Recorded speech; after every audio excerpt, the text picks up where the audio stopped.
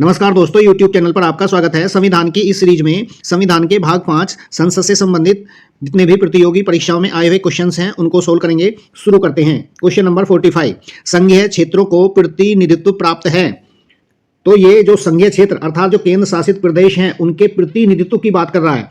तो केवल लोकसभा में बिल्कुल नहीं है, राज्यसभा में ये भी नहीं है, संसद के दोनों सदनों में। देखिए, जो संघीय क्षेत्र हैं उनको लोकसभा में अधिकतम 20 सीटें दी गई हैं और जो राज्यसभा में है, राज्यसभा में अधिकतम 238 सीट राज्यों को और संघ शासित क्षेत्रों को मिलाकर दी गई हैं।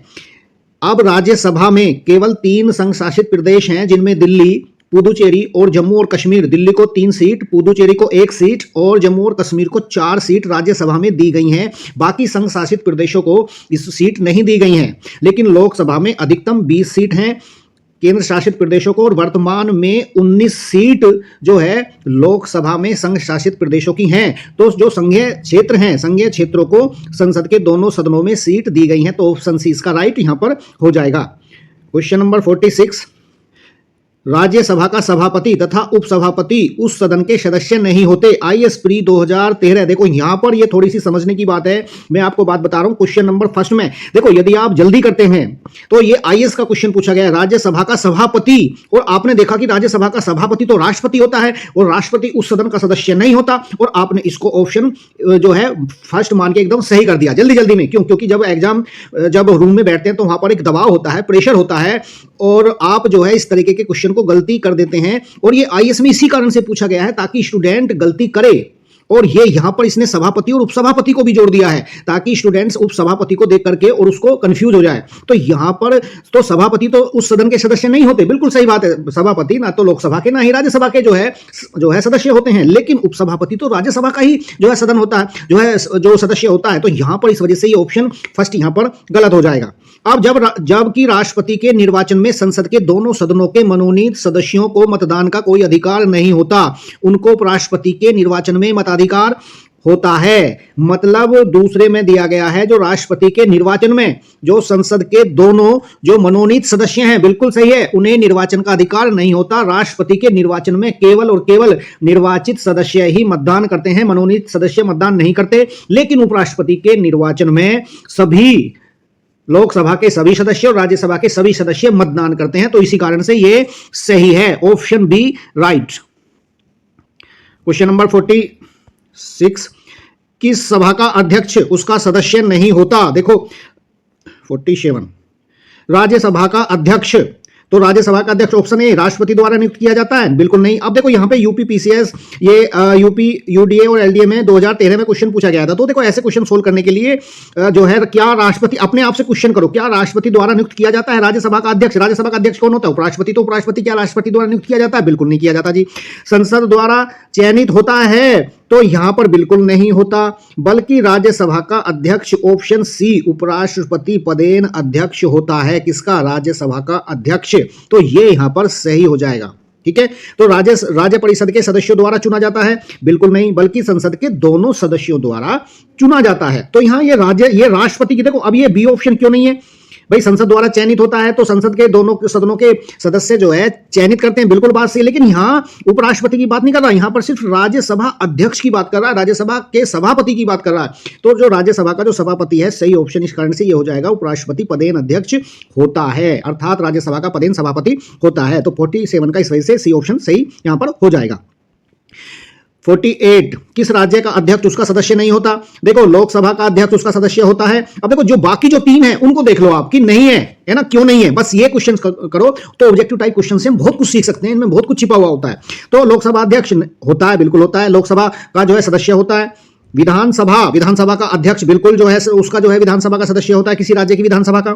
और विधान परिषद का भी जो अध्यक्ष होता है, जो राज्य में कितने में 6 राज्यों में वर्तमान में विधान परिषद है। कौन कौन से में? एक तो उत्तर प्रदेश, एक बिहार, एक महाराष्ट्र, एक कर्नाटक, एक आंध्र प्रदेश और तेलंगाना, केवल 6 राज्यों में विधानसभा के साथ साथ विधान परिषदें हैं। तो जो विधान परिषद का जो सदस्य है वहां हमारे जो उपराष्ट्रपति की तरह उपराष्ट्रपति पदेन सभापति राज्यसभा के होते हैं, लेकिन राज्यों की विधान परिषद में ऐसा कोई कंसेप्ट नहीं है। जो विधान परिषद का जो अध्यक्ष होता है वो उसी का ही सदस्य होता है, जबकि राज्यसभा, जो संसद की जो राज्यसभा है उसके जो सभापति होते हैं, पदेन सभापति होते हैं, उपराष्ट्रपति होते हैं, वो राज्यसभा के सदस्य नहीं होते, लेकिन विधान परिषद का जो अध्यक्ष है वो सदस्य होता है। तो इनके तो तीनों जो है सदस्य होते हैं। तो राज्यसभा का जो उपराष्ट्रपति है वो सदस्य राज्यसभा का नहीं होता, राज्यसभा का, बल्कि लोकसभा का भी वो सदस्य नहीं होता, और वो उपराष्ट्रपति संसद का भी भाग नहीं होता, संसद का भाग केवल राष्ट्रपति होते हैं। ठीक है, तो ऑप्शन ए इस वजह से राइट यहां पर हो जाएगा।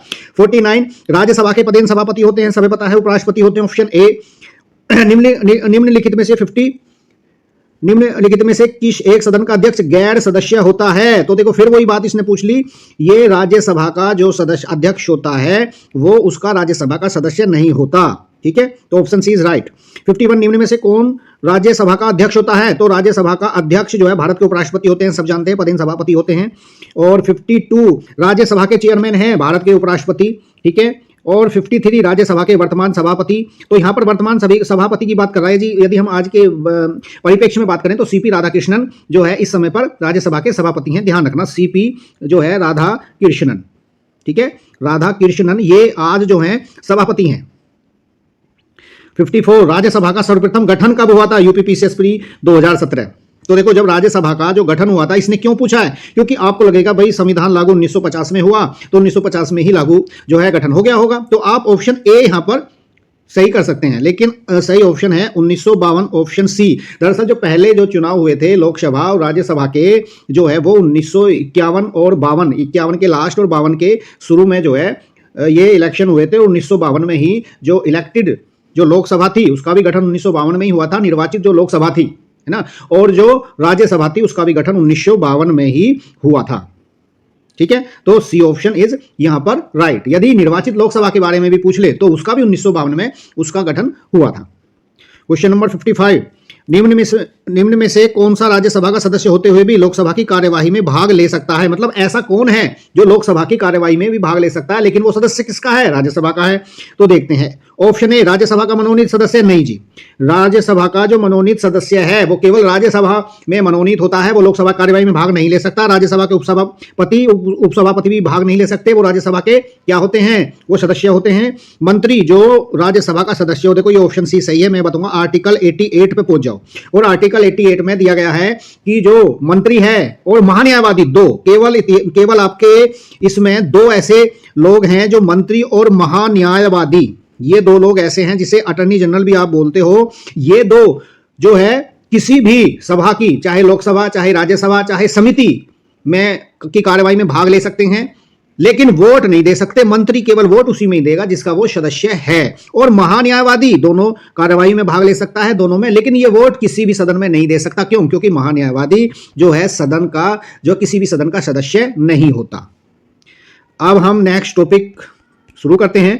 तो यहां पर हम देखते हैं, देखो क्वेश्चन नंबर फर्स्ट, ये नेक्स्ट टॉपिक संसद की विधायी प्रक्रिया से संबंधित है, बहुत इंपॉर्टेंट टॉपिक है। शुरू करते हैं। देखो तो सबसे पहला जो क्वेश्चन इसमें पूछा गया है कि लोकसभा में के सदस्यों के बारे में यहां पर पूछा गया है, और ये IAS 1995 में क्वेश्चन ये पूछा गया था। तो देखो लोकसभा के जो सदस्य की हम बात करते हैं तो उससे पहले हम आर्टिकल 81 में लोकसभा की संरचना दी गई है, और वो लोकसभा की संरचना में उसमें बताया गया है कि हमारी संसद में अधिक से अधिक जो है 550 सदस्य होंगे, 530 राज्यों के सदस्य होंगे, और 20 सदस्य संघ शासित प्रदेशों से प्रत्यक्ष रूप से 18 वर्ष या उससे अधिक के नागरिक अपने अपने क्षेत्रों से प्रतिनिधि प्रत्यक्ष रूप से चुनकर भेजेंगे। इस कारण लोकसभा को प्रतिनिधि सभा भी कहा जाता है। जनता का प्रतिनिधित्व भी लोकसभा ही करती है। ठीक है, अब यहां पर ये जो 500, अब यहां पर हम देखेंगे ये जो 20 सीट हैं ये संघ शासित प्रदेशों को दी गई हैं। पहले सीट 552 थी, यानी कि 550 प्लस 2, अब 550 कैसे रह गई? दरअसल 104वें संविधान संशोधन 2019 के द्वारा राष्ट्रपति लोकसभा में 2 आंग्ल भारतीय समुदायों को भी नियुक्त कर सकता था, नामित कर सकता था, लेकिन अब यह प्रावधान हटा दिया गया। अब अधिकतम जो संख्या है वो केवल 550 है, तो राइट ऑप्शन है 550। अब राष्ट्रपति को कोई भी नामित करने का अधिकार लोकसभा में नहीं है। अब वर्तमान में कितनी है कुल सीट लोकसभा में? तो वर्तमान में 524 तो सीट है राज्यों की और प्लस 19 है संघ शासित प्रदेशों की। तो कुल मिलाकर जो सीट है वो है आपकी टोटल 543। वर्तमान में 543 सीट लोकसभा में आपकी है। अब देखते हैं ये क्वेश्चन देखते हैं। अच्छा, ये राज्यसभा के भी बारे में पूछ रहा है। तो राज्यसभा आर्टिकल 80 में दिया गया है राज्यसभा की संरचना, और उसमें दिया गया है कि राज्यसभा में अधिक से अधिक 250 सदस्य होंगे, जिनमें से 238 राज्यों और संघ शासित प्रदेशों के और 12 सदस्य राष्ट्रपति द्वारा नामित किए जाएंगे, जिन्हें कला, विज्ञान, साहित्य और समाज सेवा का ज्ञान होगा। ठीक है। अब इन 238 सदस्यों में से जो वर्तमान में जो सदस्य हैं, मैं वर्तमान की बात करूं तो 225 सदस्य राज्यों के हैं और 8 सदस्य दिल्ली, पुदुचेरी और जम्मू और कश्मीर। दिल्ली के 3, पुदुचेरी का 1 और जम्मू कश्मीर के 4। कुल मिलाकर 8 सदस्य संघ शासित क्षेत्रों के हैं। बाकी संघ शासित क्षेत्र को प्रतिनिधित्व प्राप्त नहीं है और 12 सदस्य राष्ट्रपति द्वारा नामित। तो कुल मिलाकर अब 245 सदस्य आपकी राज्यसभा में इस समय पर यहां पर हैं। ठीक है। और राज्यसभा एक स्थायी सदन है, बल्कि राज्यसभा राज्यों का प्रतिनिधित्व करती है। इसमें राज्यों की और संघ शासित क्षेत्रों के विधानमंडल के जो प्रतिनिधि होते हैं वो चुनकर अपने अपने प्रतिनिधि राज्यों में भेजते हैं। और चुनाव कैसे किया जाता है? चुनाव आनुपातिक प्रतिनिधित्व प्रणाली, एकल संक्रमणीय मत के आधार पर इनका चुनाव किया जाता है। ठीक है। तो ये हो गया। अब हम देखते हैं यहां पर क्वेश्चन। तो यहां पर क्वेश्चन देखो, ये दिया गया है 250 से अधिक सदस्य, 12 नाम निर्देशित और 238 से अधिक राज्य और संघ राज्य क्षेत्रों के प्रतिनिधि होंगे। तो ये तो होगी राज्यसभा की बात। ठीक है। तो एक्स स्थान पर निम्नलिखित में से किसको रखना सही होगा? तो देखो, ये लोकसभा के बारे में बात कर रहा है, ये तो इसने राज्यसभा के बारे में बात करती है, तो इसकी सारी बात सही है। ठीक है। 552 से अधिक सदस्य लोकसभा में होंगे, 530 राज्यों के प्रतिनिधि और 2 से अधिक नाम निर्देशित एंग्लो इंडियन, लेकिन यह हटा दिया गया, इसका कोई मीनिंग नहीं है। तथा एक्स पर क्या होगा? तो एक्स पर 20 सदस्य संघ शासित क्षेत्रों के होंगे। ठीक है। तो इसने यहां पर 20 जो है, ये ऑप्शन बी यहां पर जो है, नहीं ऑप्शन बी नहीं, यहां पर ये ऑप्शन सी, संघ राज्य क्षेत्रों के 20 से अधिक जो है प्रतिनिधि यहां पर होंगे। ठीक है। ये आईएएस प्री 1995 में क्वेश्चन पूछा गया था। क्वेश्चन नंबर 2 है, भारतीय संविधान के अनुच्छेद 87 के अंतर्गत भारत का राष्ट्रपति अभिभाषण देता है तो एक साथ समवेत संसद के दोनों सदनों में। आरएएस राजस्थान पीसीएस प्री 2018 देखो, आर्टिकल 85, आर्टिकल 86 और आर्टिकल 87। ये है आर्टिकल 85 में क्या है? संसद का सत्रावसान, संसद का जो सत्र बुलाता है वो राष्ट्रपति बुलाता है, सत्रावसान राष्ट्रपति करता है, और विघटन भी जो है लोकसभा का कौन करता है? राष्ट्रपति करते हैं। तो आर्टिकल 85 में ये दिया गया है। आर्टिकल 86 में दिया गया है कि राष्ट्रपति संसद को अपना संदेश भेज सकते हैं और संदेश भेजने का उन्हें अधिकार है, और अपने जो है संसद के किसी भी सदन में वो अभिभाषण भी दे सकते हैं। आर्टिकल 87 में है, राष्ट्रपति जब समझे, या तो साल के शुरू में जब सत्र का जो शुरू होता है, या जब लोकसभा नई निर्वाचित होती है तो उसके शुरू में समवेत भाषण वो दे सकते हैं, और उस अभिभाषण के वो कारण भी बताएगा। तो ऑप्शन डी में संसद के एक साथ समवेत संसद के दोनों सदनों में वो अभिभाषण कर सकेगा। ठीक है। तो आरएएस प्री 2018 में क्वेश्चन पूछा गया था। थर्ड, भारत के राष्ट्रपति के विशेष अभिभाषण के संदर्भ में निम्नांकित में से कौन सा कथन सही है? देखो, यूपी पीसीएस प्री 2021, तो कौन सा विशेष अधिवेशन के बारे में, और विशेष अधिवेशन जो दिया गया है किसमें दिया गया है? आर्टिकल 87 में। तो राष्ट्रपति लोकसभा के साधारण निर्वाचन के पश्चात प्रथम सत्र और प्रत्येक वर्ष के प्रथम सत्र के आरंभ में संसद के दोनों सदनों की संयुक्त बैठक को संबोधित करता है। ठीक है। तो ऑप्शन ए बिल्कुल सही, अभी मैंने बात बताई थी, बिल्कुल कर सकता है। राष्ट्रपति अपने अभिभाषण में संसद को उसके आह्वान के कारण के विषय में सूचित करेगा, बिल्कुल करेगा। तो ये ऑप्शन 1 और 2 दोनों सही हो जाएंगे। ये कुल मिलाकर आर्टिकल 87 ही पूछा गया था। ठीक है।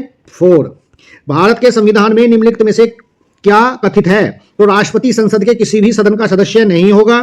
बिल्कुल सही है जी, ये तो बिल्कुल सदस्य नहीं होगा, बिल्कुल सही बात है।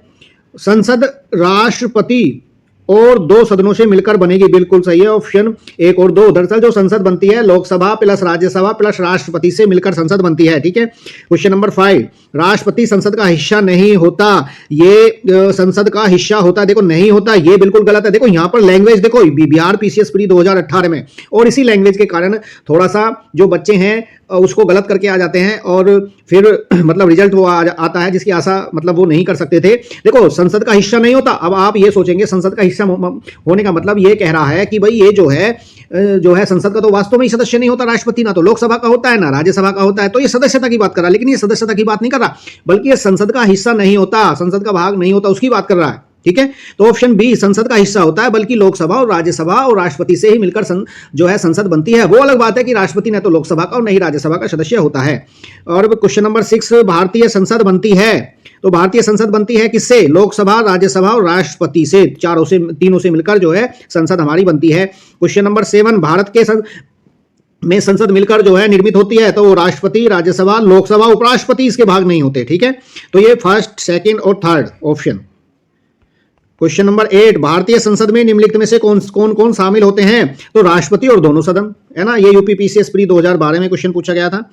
और क्वेश्चन नंबर 9, यहां पर देखेंगे, निम्न पर विचार कीजिए, भारत के संसद के सही गठन को चिन्हित कीजिए, तो राष्ट्रपति, राज्यसभा और लोकसभा, ऑप्शन सी। भारतीय संसद में निम्न में से कौन सम्मिलित हैं? राष्ट्रपति, लोकसभा और राज्यसभा, ऑप्शन ए। भारतीय संसद के घटक हैं कौन? राष्ट्रपति, लोकसभा और राज्यसभा। ठीक है, यूपी पीसीएस मेंस 2017। क्वेश्चन 12, निम्नलिखित में से कौन संसद का अनन्य भाग नहीं है? तो देखो राष्ट्रपति होते हैं, लोकसभा होते हैं, राज्यसभा होते हैं, उपराष्ट्रपति नहीं होते, ध्यान रखना।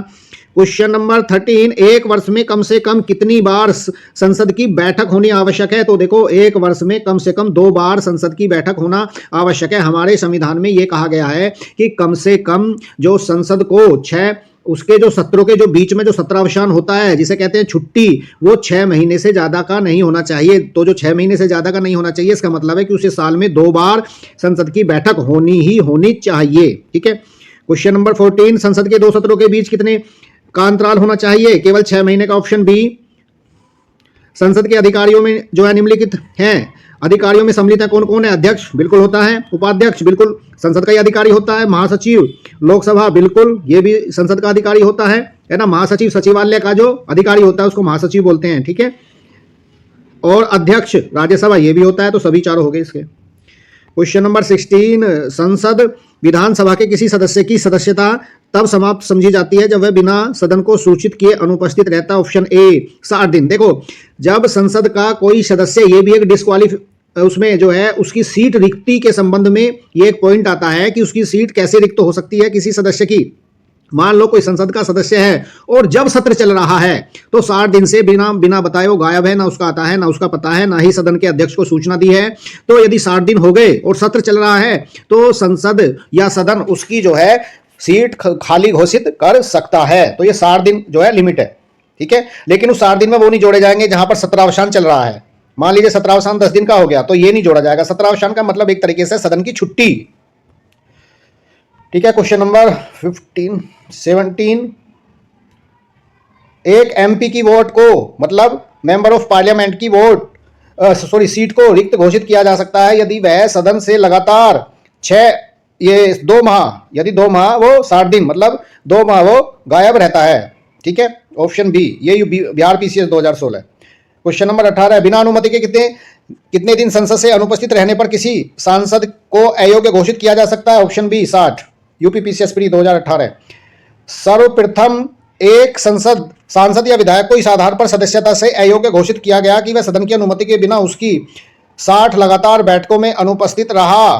तो ये सर्वप्रथम अयोग्य घोषित किया गया, तो वो किया गया था राज्यसभा के सदस्य को। ठीक है, और वो राज्यसभा के जो है सदस्य थे ब्रजेंद्र सिंह हमदर्द को सन 2000 में।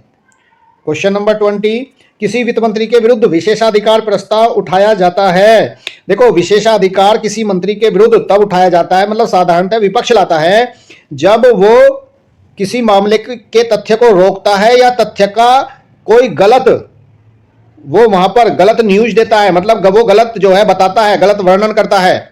मान लो कहीं पर ऐसे समझो कि कहीं पर बाढ़ आई और बाढ़ में मान लो कि इतना नुकसान हुआ, यदि वो नुकसान कम दर्शाता है या नुकसान को गलत तरीके से वो वर्णन करता है तो विपक्ष विशेषाधिकार प्रस्ताव उस समय पर ला सकता है कि मंत्री जी ने जो सूचना दी है वो गलत दी है और गलत आधार पर जो है सूचना यहां पर दी है। ठीक है। क्वेश्चन नंबर 21, संसद अधिनियम 1959 कई पदों को लाभ का पद के आधार पर निर्हरता से छूट देता है। बिल्कुल सही है। देखो निर्हरता मतलब डिस्क्वालिफिकेशन, मतलब जो है कि कोई संसद, देखो यहां पर आर्टिकल 84 की हम बात करेंगे। आर्टिकल 84 में दिया गया है कि संसद की क्वालिफिकेशन, जो सांसद की एमपी की क्वालिफिकेशन क्या क्या होनी चाहिए। तो एक तो भारत का नागरिक होना चाहिए, दूसरे नंबर पर उसे चुनाव आयोग के समक्ष शपथ बोलेगा, और तीसरे नंबर पर लोकसभा में 25 वर्ष का चुने जाने योग्य और राज्यसभा में 30 वर्ष का चुने जाने योग्य उसको होना चाहिए। और फिर इसकी डिस्क्वालिफिकेशन में है कि उसे एक तो लाभ के पद पर धारण नहीं होना चाहिए, दूसरे नंबर पर उसे विकृत चित्त, यदि न्यायालय ने विकृत चित्त घोषित कर दिया है, या दिवालिया नहीं होना चाहिए, या किसी विदेशी की उसने जो है नागरिकता न ले ली हो या हमारी नागरिकता न छोड़ दी हो, या किसी दुश्मन जो देश है उसके जो है निष्ठा प्रदर्शित की हो, तो उसकी इन आधारों पर जो है उसकी सदस्यता रद्द की जा सकती है। तो यहां पर, लेकिन यहां पर जो लाभ का पद जो बताया गया है, लाभ के पद में राष्ट्रपति, उपराष्ट्रपति, मंत्री और किसी राज्य के राज्यपाल को लाभ का पद पर नहीं माना जाएगा। मतलब कई पदों को छूट दी गई है, तो ये बिल्कुल सही है। ठीक है। उपरोक्त अधिनियम 5 बार संशोधित किया गया था। बिल्कुल सही है। जो संसद में लाभ का जो पद है उसे 5 बार संशोधित किया गया था। अब लाभ का पद भारत के संविधान में भली भांति परिभाषित किया गया है। तो देखो लाभ का पद केवल इतना ही कहा गया है कि लाभ का पद नहीं होना चाहिए, लेकिन भली भांति परिभाषित नहीं है हमारे संविधान में। तो केवल ऑप्शन 1 और 2 यहां पर सही हो जाएंगे। क्वेश्चन नंबर 22 है, लाभ के पद का निर्णय कौन करेगा कि लाभ का पद है या नहीं। देखो राष्ट्रपति या राज्यपाल, ये बहुत ही इंपॉर्टेंट क्वेश्चन है। देखो आर्टिकल 102 के तहत इसमें जो है डिस्क्वालिफिकेशन, अर्थात इसकी जो संसद का सदस्य होता है उसमें डिस्क्वालिफिकेशन बताई गई है कि कब उसका जो सदस्य का जो सीट है वो रिक्त हो सकती है। ठीक है। अब ये राष्ट्रपति क्या काम करते हैं, आर्टिकल 103 के तहत यदि कोई संसद का सदस्य डिस्क्वालिफिकेशन हो गया है तो वो आर्टिकल 103 के तहत चुनाव आयोग की सलाह लेंगे, और चुनाव आयोग की सलाह राष्ट्रपति पर बाध्यकारी होगी, मतलब माननी ही पड़ेगी। ठीक है। तो राष्ट्रपति और राज्यपाल जो है, और राज्यपाल आर्टिकल 191 के तहत।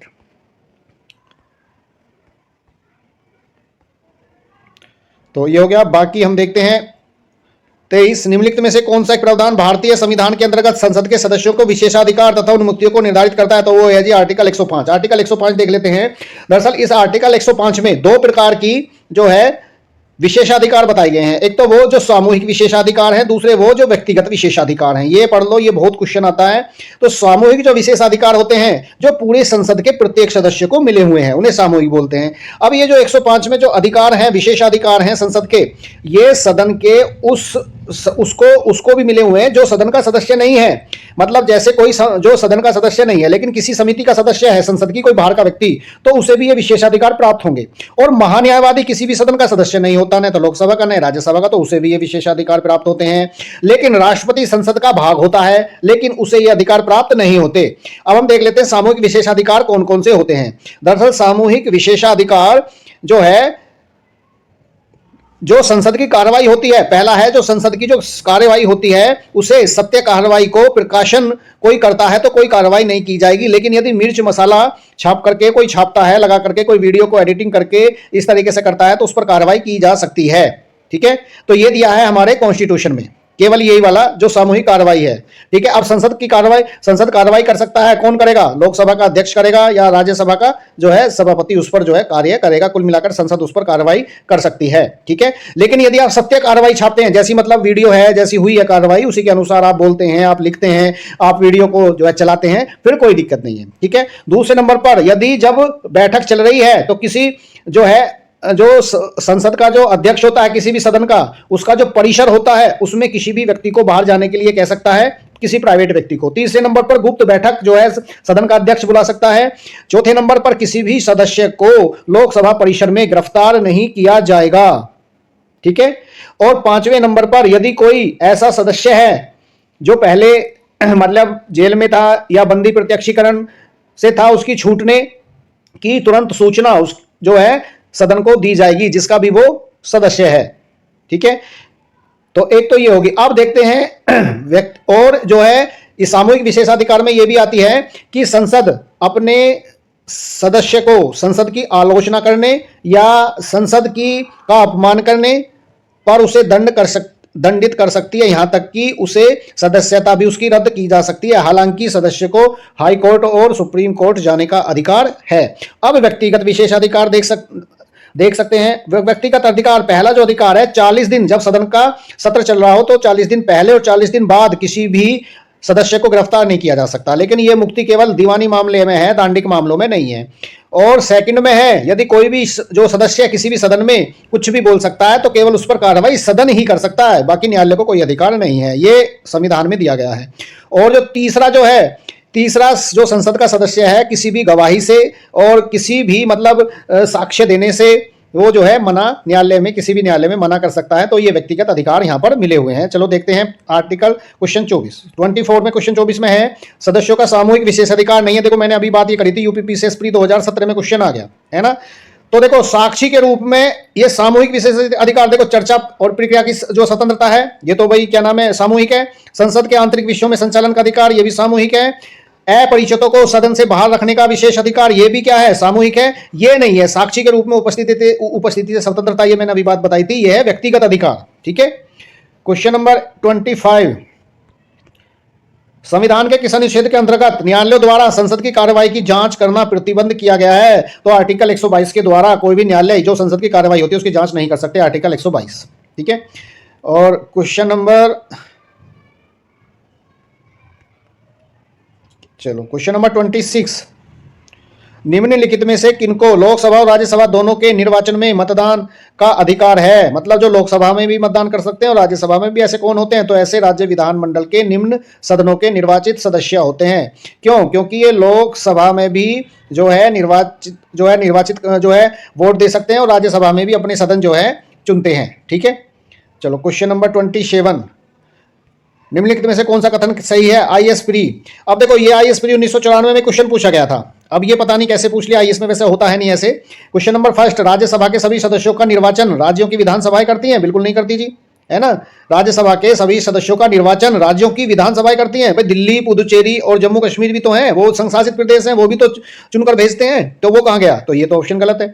उपराष्ट्रपति राज्यसभा का पदेन सभापति होता है, अतः राज्यसभा का कोई सदस्य ही उपराष्ट्रपति के पद के लिए चुनाव लड़ सकता है? बिल्कुल नहीं जी, कोई भी। बल्कि जो उपराष्ट्रपति का जो चुनाव है आर्टिकल 66 में केवल भारत का नागरिक हो और 35 वर्ष पूरी कर चुका हो आयु, राज्यसभा का निर्वाचित होने के लिए वो अर्हत हो, मतलब जो है एलिजिबल हो, और कोई लाभ का पद धारण नहीं करता हो, बस ये है ना। सी ये भी गलत है। लोकसभा और राज्यसभा में एक बार में अंतर है कि लोकसभा का निर्वाचन तो कोई प्रत्याशी भारत के किसी भी राज्य से लड़ सकता है, परंतु राज्यसभा का प्रत्याशी सामान्यतः वहीं का होना चाहिए जहां का प्रत्याशी न हो, ये भी ऑप्शन गलत है। तो यहां पर लोकसभा जो राज्यसभा में एक बात में अंतर है कि लोकसभा का अब जो है कर दिया गया। देखो ये ध्यान देखना, ये बुकों में क्लियर नहीं हो पाता, बल्कि जो लक्ष्मीकांत है उससे तो बिल्कुल ये क्वेश्चन क्लियर नहीं हो पाता। अब कर दिया गया है, देखो चाहे लोकसभा का चाहे राज्यसभा का, कहीं भी भारत से किसी भी क्षेत्र से चुनाव लड़ सकता है। बस ये है उसका किसी क्षेत्र में उसका निर्वाचन जो मतदाता सूची में है उसका नाम होना चाहिए, उसमें मतदाता सूची में केवल नाम होना चाहिए किसी भी क्षेत्र में, तो कहीं से भी लड़ लो कोई दिक्कत नहीं है। और राज्यसभा के मामले में 2003 से ये काम कर दिया गया था।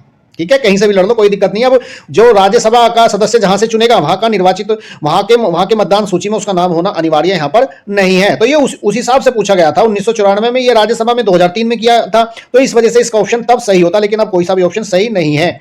तो भारत के संविधान में राज्यसभा के नामित सदस्य की मंत्री परिषद पर नियुक्ति या स्पष्ट शब्दों में निषेध नहीं जी, बिल्कुल नहीं है।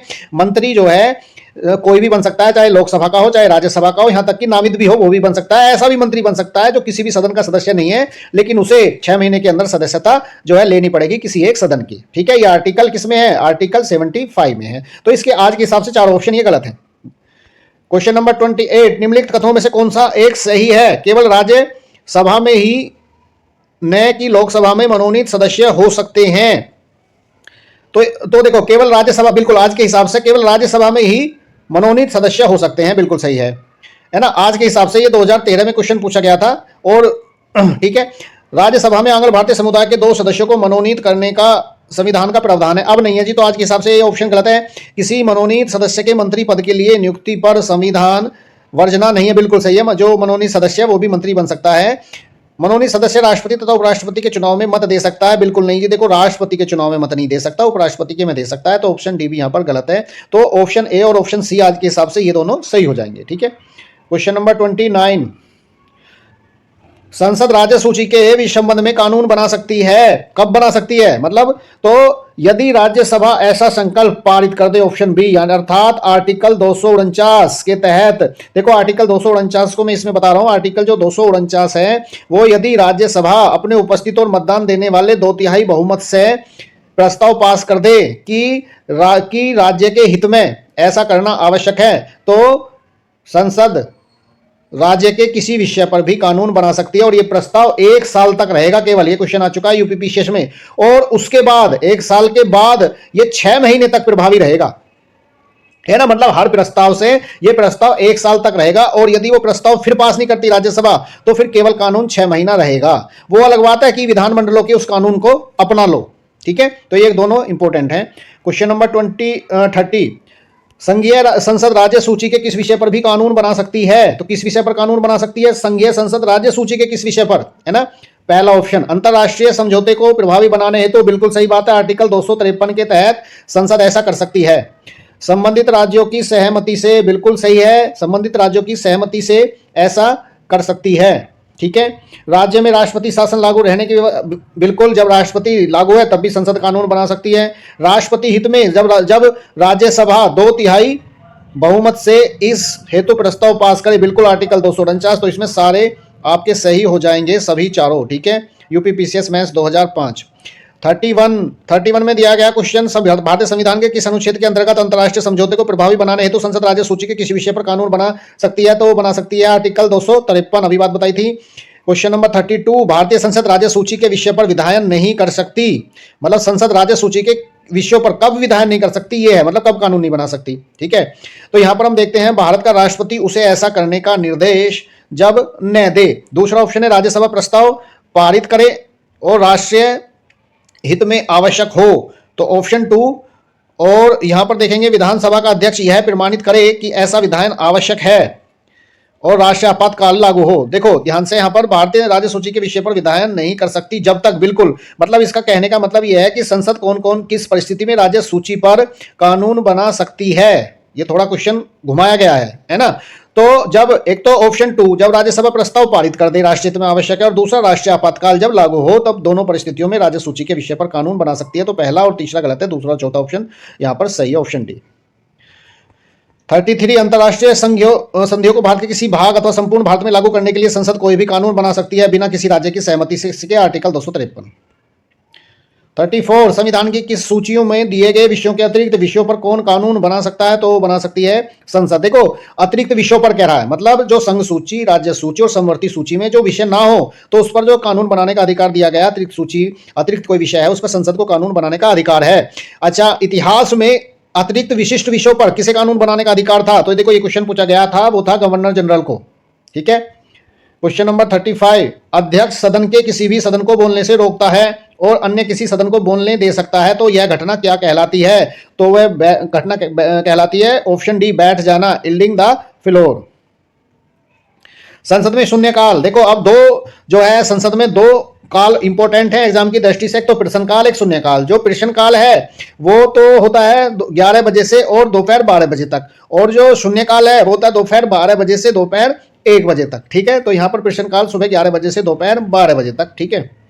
35 नहीं 34, हाँ 37, भारतीय संसद की कार्यवाही शून्यकाल का अर्थ क्या है? शून्यकाल का अर्थ है कि उसमें बिना नोटिस दिए हुए शून्यकाल में प्रश्न उठाए जाते हैं। मतलब विपक्ष प्रश्न पूछता है बिना नोटिस दिए, जबकि प्रश्नकाल में वो प्रश्न का उत्तर दिया जाता है जिनमें पहले से नोटिस दिया हुआ होता है। तो ये प्रश्नकाल और शून्यकाल जो है फर्क है। तो शून्यकाल जो है किसकी देन है? वो भारत की देन है, ठीक है। शून्यकाल संघीय व्यवस्था में किसकी देन है? वो भारत की देन है।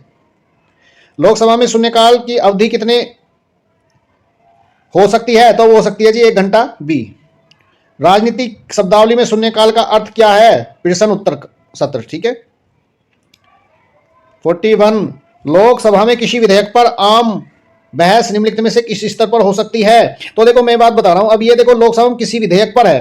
देखो जब लोकसभा में विधेयक पेश किया जाता है ना, तो क्या होता है, देखो मान लो ये सदन है, लोकसभा है, और सदन के लोकसभा या राज्यसभा में विधेयक पेश हो गया, ठीक है। कुछ ऐसे विधेयक हैं जो लोकसभा में ही पेश होते हैं, राज्यसभा में पेश नहीं होते, अभी बताऊंगा, ठीक है। तो धन विधेयक और वित्त विधेयक जो 117 में फर्स्ट जो प्रकार है वो केवल लोकसभा में ही पेश होते हैं, राज्यसभा में पेश नहीं होते। तो लोकसभा में पेश हो गया और राज्य किसी भी जो है सदन में पेश हो सकता है इनके अलावा, ठीक है।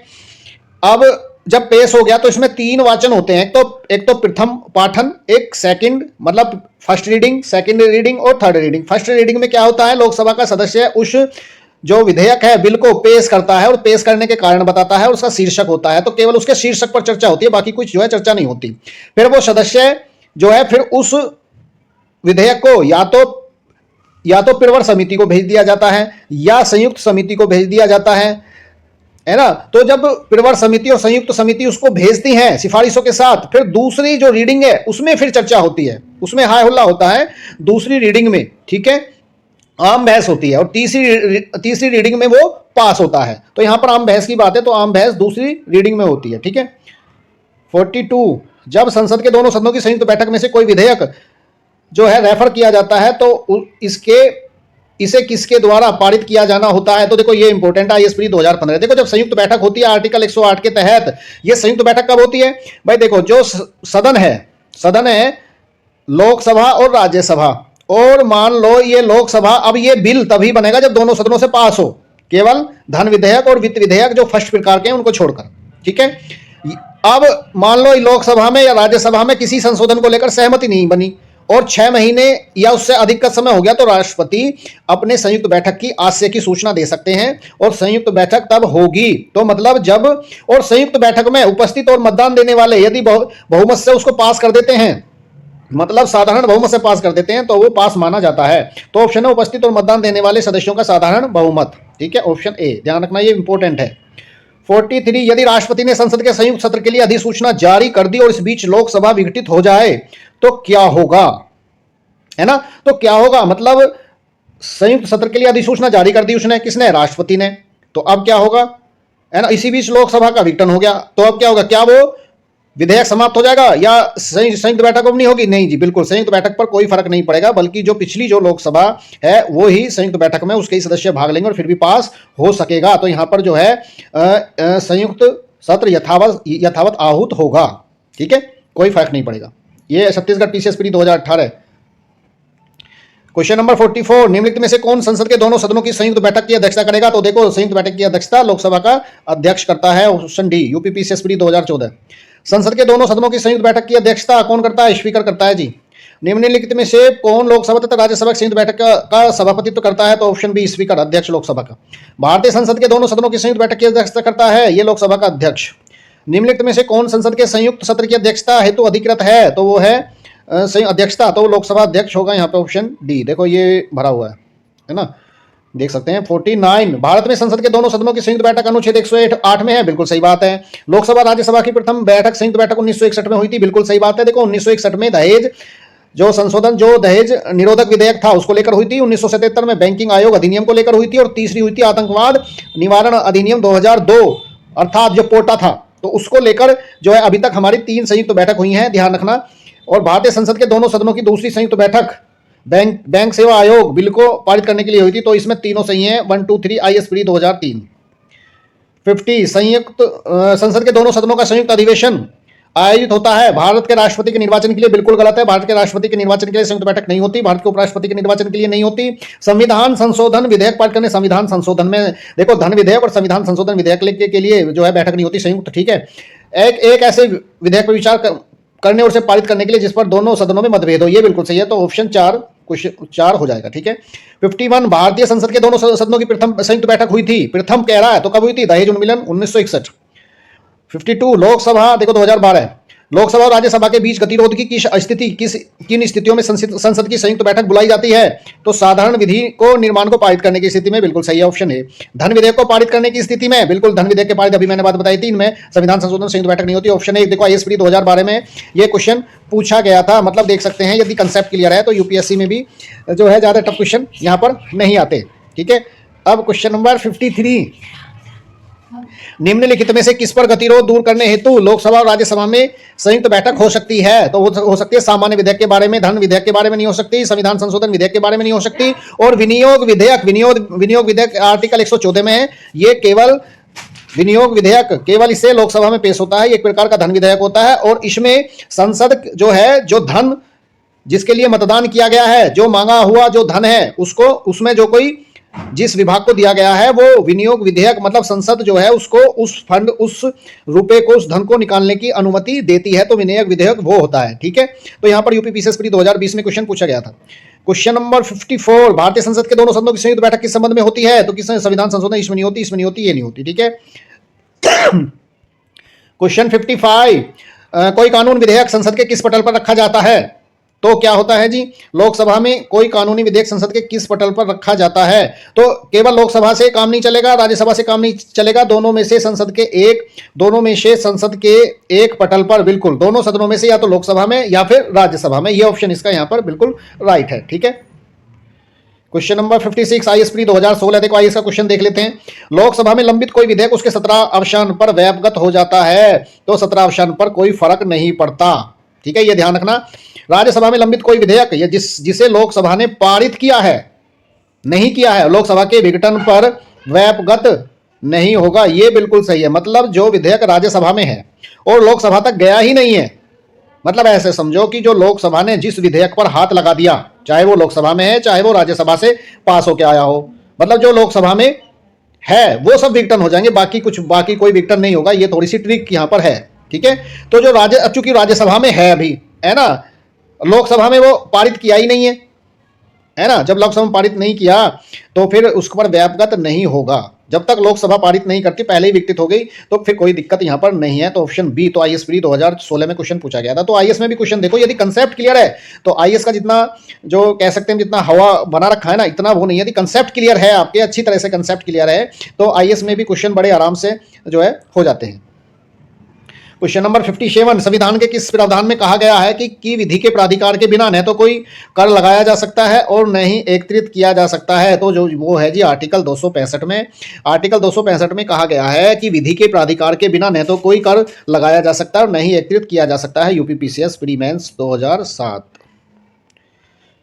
भारत की संचित निधि में से धन निर्गत पर किसका नियंत्रण है? तो किसका नियंत्रण होता है? तो देखो, भारत की संचित निधि से धन निर्गत पर किसका नियंत्रण होता है? तो वो होता है जी संसद का, यानी कि महालेखा नियंत्रक परीक्षक का नहीं होता, वित्त मंत्री का नहीं होता, अधिकृत जो है मंत्री का नहीं होता, बल्कि संसद जब विनियोग विधेयक पारित कर सकती है तभी कोई मंत्री या जो उसका विभाग है उस धन में से, उस संचित निधि में से, आर्टिकल 266 में संचित निधि है उसमें से धन निकाल सकता है, जब केवल और केवल संसद विनियोग विधेयक पास करेगी आर्टिकल 114 के तहत। तो संसद की, तो ये संसद जो है निर्गत पर किसका नियंत्रण है? तो संसद का नियंत्रण है। और देखते हैं नेक्स्ट 559, करों और सरकारी कामकाज के निर्वाह में हुई अन्य प्राप्तियों में से संघीय सरकार को प्राप्त हुआ समूचा राजस्व जमा होता है। देखो, जो समूचा राजस्व है, भारत सरकार के ऋण हैं, वो सभी प्रकार के और पूंजी खाते से संबंधित जितनी भी राशि आती है वो सभी भारत की संचित निधि में आर्टिकल 266 के तहत जमा होती है।